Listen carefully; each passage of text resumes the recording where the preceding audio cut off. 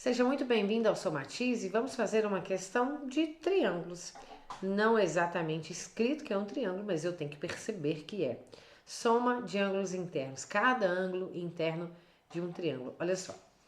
O peso da figura está suspenso por duas cordas de mesma medida.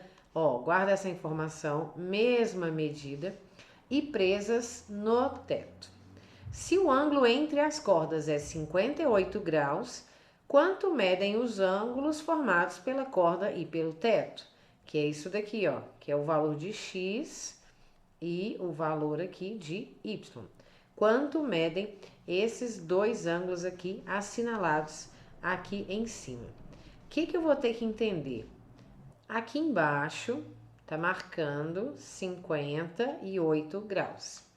Pois bem, eu tenho que entender que essas cordas que estão segurando esse peso, elas estão formando uma figura. Que figura é essa? Um triângulo. Na hora que o enunciado me diz que esse triângulo tem as duas cordas com a mesma medida, significa o quê? Que esse tamanho aqui, ó, é igual a esse tamanho aqui. Então, nós temos aqui o caso de um triângulo isósceles, que é aquele triângulo que tem dois lados iguais, congruentes.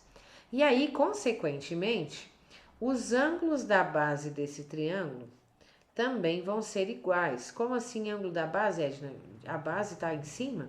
É, porque a base, ela é aquela reta que diferente, aquele lado do triângulo que não é o igual. Então, no caso, aqui, ó, é a nossa base, né? É um valor diferente.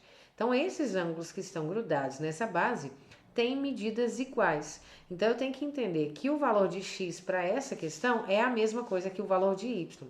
Ah, Edna, mas tem duas letras diferentes, elas não podem ser iguais. Não é bem assim.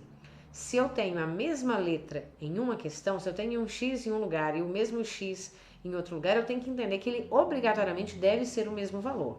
Quando eu tenho letras diferentes na mesma questão, elas podem ter o mesmo valor ou não, tá? Então, nesse caso que elas vão ter. E aí, o que eu tenho que entender? Eu tenho que lembrar da regra de triângulo, que é o quê? A soma dos três ângulos internos de qualquer triângulo, independente se ele é isósceles ou não, é sempre 180 graus, tá? Então, se eu tenho lá um ângulo A, um ângulo B e um ângulo C, eu tenho que entender que essa relação aqui, ó, sempre vai existir. A soma desses três ângulos é sempre 180 graus. Então, para nós aqui, eu tenho que entender o quê? Um dos ângulos eu tenho, que é 58 graus. Então, quer dizer que os outros dois ângulos tem que ser, a soma deles deve ser o que está faltando para dar 180 graus. Então, eu não preciso nem montar uma equação.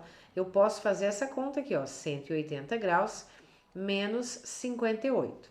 Então, 180 menos 58 vai dar 122 graus. O que significa que esse 122 graus? Significa que o valor de x e o valor de y juntos tem que dar 122 graus. Por quê? 122 mais 58, que é o que está aqui embaixo, juntos dá 180. Como o x e o y são iguais, então vai bastar eu dividir esse 122 por 2. 122 dividido por 2, ó, 120 por 2 dá 60. Mais o 2 dividido por 2, 1. 61 graus. Então, eu tenho que entender que tanto o x quanto o y são iguais a 61.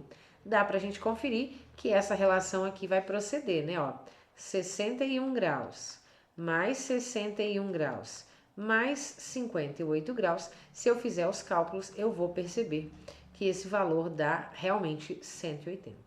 Então, o valor de x, o valor de y, que é o que interessa essa questão, é igual a 61 graus, tá ok?